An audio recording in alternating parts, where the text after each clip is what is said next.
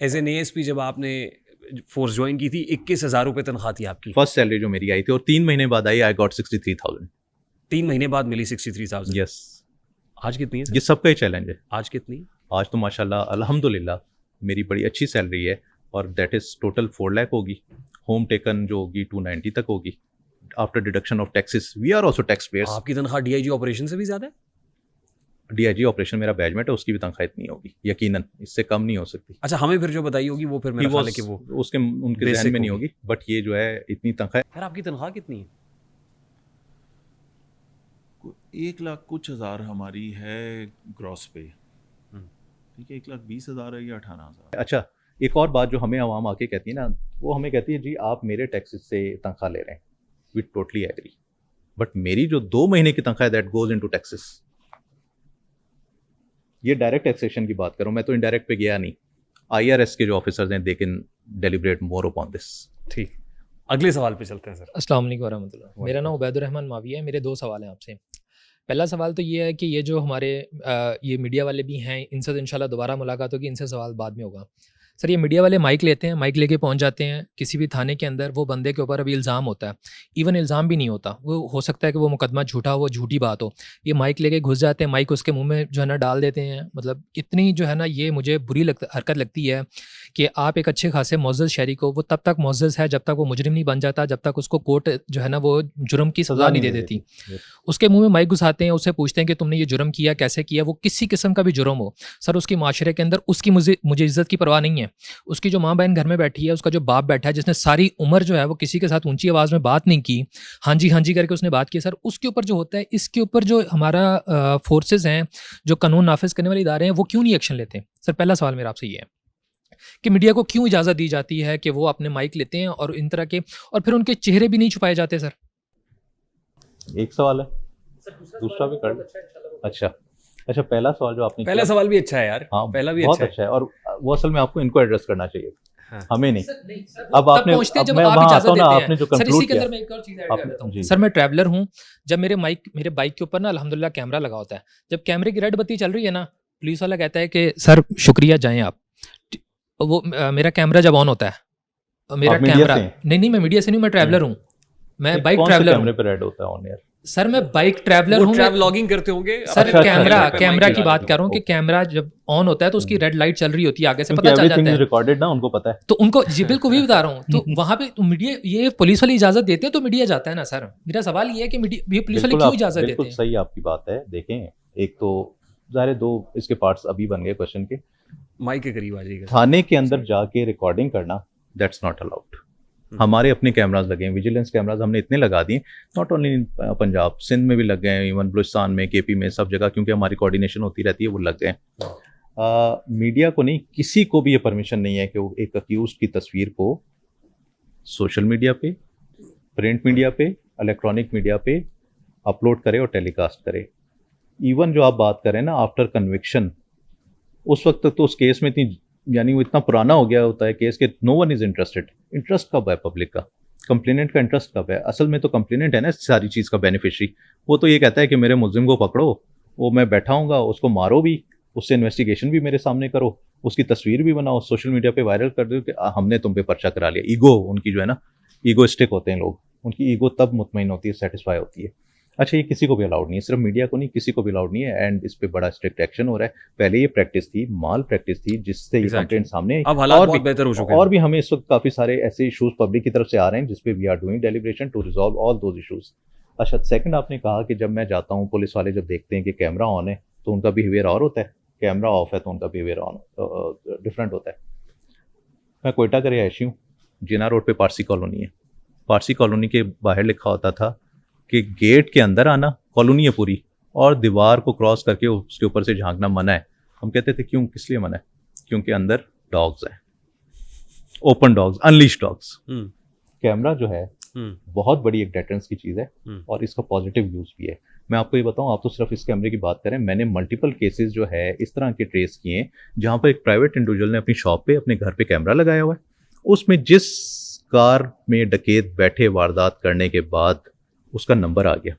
We rewarded that individual. हमने कहा आपने कितने का कैमरा लगाया, वो भी, और एक्स्ट्रा रिवॉर्ड भी आपको दिया, एप्रिसिएशन सर्टिफिकेट भी दिया कि आप इमदादी पुलिस हैं, ठीक ठीक है ना, तो बहुत अच्छे क्वेश्चन थे आपके। बिल्कुल सही है। जो आपका सवाल है पर्टिकुलरली मीडिया वाला, ये पहले हो रहा था और बिल्कुल अनजस्टिफाइड है। Yes. ये इंतहाई गैर कानूनी चीज़ है और जैसे सर ने कहा माल प्रैक्टिस है, उसको रोका जा रहा है। अब ऐसा नहीं हो रहा। जो क्राइम चलिए, स्टोरीज ये बहुत अच्छी बात है कि रोका जा रहा है। मेरे इल्म में नहीं था कि ये रोका रोक जा रहा लिया गया है। कि- बहुत अच्छी बात है, रोक दिया गया तो ये बहुत अच्छी बात है। और बहुत कोई अच्छा सवाल है initiative आपका? जी बिल्कुल सर। दूसरा मेरा सवाल ये है, जिस तरह अगर मैं नाम ले दूं सर, जी, मुस्तफ़ा आमिर ले वाला लो। केस जो था, कौन सा? मुस्तफ़ा आमिर वाला जो कराची का वो केस था, कराची का केस था जिसमें वो जो कॉल सेंटर वाला, जब बाद में वो सारी चीज़ें खुलती हैं तो पता चलता है कि जी वो कॉल सेंटर चला रहा है। सर मैं लाहौर में, मैं क्योंकि डिजिटल मार्केटर हूँ, तो मेरा ताल्लुक ही इस तरह के काम से है। हम डिजिटल मार्केटिंग करते हैं, तो मेरे कुछ दोस्त हैं, उनको जॉब लगवा दी, कहीं पे कह दिया यार ये जॉब कर लो। सर जब वो कॉल सेंटर में जाते हैं, वहाँ पे कॉल सेंटर होता है कि बाहर से दिखाते हैं कि हम ये चीज़ कर रहे हैं, अंदर जाके जब वो एक हफ्ता काम करते हैं, 2 हफ्ते काम करते हैं, सर यकीन माने कि जो बंदा नीचे डेस्क पे बैठा हुआ फ्लोर पे काम कर रहा है ना, उसको उसके कानों कान खबर नहीं होती कि ऊपर बैठ के क्या जो है ना वो Financial फ्रॉड कर रहे scams कर रहे हैं। हैं बिल्कुल। international level तो पे। सर उस ये फ्रॉड्स कर रहे हैं, इनको कोई ना कोई रिपोर्ट करते हो। सर मुझे ये रिपोर्ट पता चल गया, अब मुझे ये पता तो चल गया, मैं इसको रिपोर्ट करने जाऊंगा, एफआईआर में मेरा नाम आएगा, मैं कंप्लेनेंट के तौर पे आऊँगा। Yes. तो जब मैं कंप्लेनेंट के तौर पे आऊँगा, पुलिस वो मुझे ही नहीं छोड़ेगी। मैं अपनी रोजी रोटी कमाऊँ बच्चों के लिए, या मैं जो है इन केसेस की पैरवी करूँ। ऐसा क्या हो सकता है कि मैं ये कंप्लेन दर्ज करवा दूँ, प्रूफ दे दूँ, और आप नंबर के लिए मैं अपना नंबर दे दूँ कि जब प्रूफ चाहिए हो, आपने बात करनी हो, मैं गवाही देने के लिए तैयार हूँ, मैं सारी चीज़ें देने के लिए तैयार हूँ, लेकिन पुलिस खुद अपने बिहाफ पे ये केस को आगे लेके चले, तो इसका कैसे हो सकता है? और सर इसी के साथ दूसरा एक रेलेवेंट सवाल है, जैसे पहले मेरा ख्याल है भाई ने बात की, सर जब पकड़ लेते हैं, एक एफआईआर हो गई, मेरे सवाल थोड़ा सा ये ज़्यादा हो गया कि जब एफआईआर हो गई, सर वो झूठी एफआईआर थी, अब उस बंदे के तो रिकॉर्ड में आ गया, वो बंदा माथे पे कलंक लग गया कि यार ये एफआईआर है इसके ऊपर। अब वो किसी थाने पे जाएगा, किसी नाके पे जाएगा, जैसे ही वो डालेंगे आईडी कार्ड नंबर, आ जाओ भाई तुम्हारे ऊपर तो एफआईआर है। अब फिर उसकी तफ्तीश होगी, देखा जाएगा, बेशक वो छूट गया। तो सर ये एफआईआर का जो रिकॉर्ड है, इसको क्लियर करने के हवाले से जो है वो क्या मतलब प्रोसीजर है कि अगर मेरे ऊपर कोई केस झूठा था, जैसा भी था, वो रफा दफा हो चुका है, वो एफआईआर बिल्कुल क्लोज हो चुकी है, तो वो अपने रिकॉर्ड से कैसे ख़त्म करवानी। और दूसरा सवाल ये जो मैंने आपसे पहले जिक्र किया कि अगर हम इस तरह का कोई केस जिसमें मैं गवाही देने के लिए तैयार हूँ, मैं आने के लिए तैयार हूँ, जब प्रोसीजर हो, लेकिन जब मुझे बिला वजह तंग किया जाए, मैं अपनी जो है ना, जाहिर सी बात है जॉब से तो छोड़ के नहीं आ सकता, अपने काम छोड़ नहीं सकता, तो इस तरह का जो है वो अगर प्रोसेस करना हो तो उसके बारे में जो है वो क्या हम कर सकते हैं? जो पहला क्वेश्चन है आपका, तो माइक के करीब है। पहला क्वेश्चन जो आपका है ना, वो रिलेट कर रहा है चेंजिंग क्राइम ट्रेंड से। डेड मनी और ब्लैक मनी दुनिया में बहुत ज़्यादा है। इस तरह के जो इंडिविजुअल हैं जो कि कॉल सेंटर्स पे बैठकर या वो एक्सचेंज लगा के इस तरह से ऑपरेट कर रहे हैं, they are criminals, no doubt. जो आपने बात की कि मैं एज अ पाकिस्तानी जो कि मैं इन्वॉल्व हूँ, मैंने सर्विस भी करनी है, घर भी जाना है, तो मैं कंप्लेन करा दूंगा तो मैं तो बन जाऊँगा कंप्लेनेंट, और फिर मुझे अपेयर होना होगा पुलिस के पास भी, मुझे जाना होगा कोर्ट में भी एविडेंस रिकॉर्ड कराने के। मुझे कहाँ से पता चला? मैं नहीं आना चाहता सामने। कि बहुत सारे हमारे लोग जो हैं वो इसी तरीके से करते हैं, और ये भी एक अप्रिशिएटेड प्रैक्टिस नहीं है जो हमारा पुलिस का सिस्टम कहता है। बट अगर आपके पास कोई ऐसी एविडेंस आती है, you can write a letter, anonymous letter along with your evidence, और वो आप पोस्ट कर दें। इस स्पेसिफिक क्राइम को जो डील करती है दैट इज़ FIA। पुलिस को भी आप भेज सकते हैं, हम रेफरेंस बनाते हैं और भेजते हैं। साथ ही साथ मैं आपको बताता चलूँ, ऐसे जितने भी कॉल सेंटर्स पुलिस को या FIA को रिपोर्ट होते हैं, रेड्स आर बीइंग कंडक्टेड और वहाँ से उनको अरेस्ट किया जाता है, दे आर बीइंग चलान, ये चल रहा है। बट आने वाले दिनों में ट्रेंड और भी चेंज होता जा रहा है। मैं आपको ये बताऊँ, मेरे पास एक केस आया, not related to police but registered in police. Shopify पे एक फ्रॉड हुआ है। एक बंदा इन्वेस्टर है, he is invested 3.6 million rupees, दूसरा बंदा हैंडलर है, 50-50% की पार्टनरशिप है। इसने सेल करनी है, परचेज करनी है और इसको प्रॉफिट देना है। ठीक। अब केस ये है कि जो इन्वेस्टर है वो कहता है जी मुझे तो पता ही नहीं, मैं तो IT मैंने देखी नहीं, मैंने कभी मोबाइल भी इस्तेमाल नहीं की। वो कहता है मुझे नहीं पता कि किस अकाउंट में पैसे आ रहे थे, किस में जा रहे थे, जो वहाँ से बेनिफिट आ रहा है, सेल हो रही है, परचेज हो रही है, वो कहाँ जा रही है। जो अकाउंट रजिस्टर्ड है जिसमें पैसे जाने हैं वो फ्रांस का अकाउंट है, ठीक है ना, फ्रांस का अकाउंट है, उसमें पैसे जा रहे हैं, उससे उसको शेयर आ रहा है। और ये जो इंडिविजुअल था अक्यूज इसमें, वो माल प्रैक्टिस कर रहा है क्योंकि he knows the ifs and buts of digitisation in Pakistan या ग्लोबल। अब तो ये ग्लोबल है ना, दुनिया ग्लोबल विलेज है, वो इस तरह से करते हैं। दूसरा जो आप चाह रहे थे, आप अपनी कंप्लेन भेज दें, नाम भी ना लिखें, नंबर भी ना लिखें, हमारी जिम्मेदारी है उसको हम इन्वेस्टिगेट करें और रेलेवेंट फोरम पे बताएं। Second question was regarding CRO। बहुत अच्छा क्वेश्चन है, बहुत अच्छा आपका क्वेश्चन है। हम as per police rules we are bound to keep record of those offenders who are involved in cases of crime against property. But ज़रूरत क्यों पड़ी CRO की? CRO हमारी बैकबोन है। हम ये समझते हैं कि जो पंजाब पुलिस की स्ट्रेंथ है वो CRO है।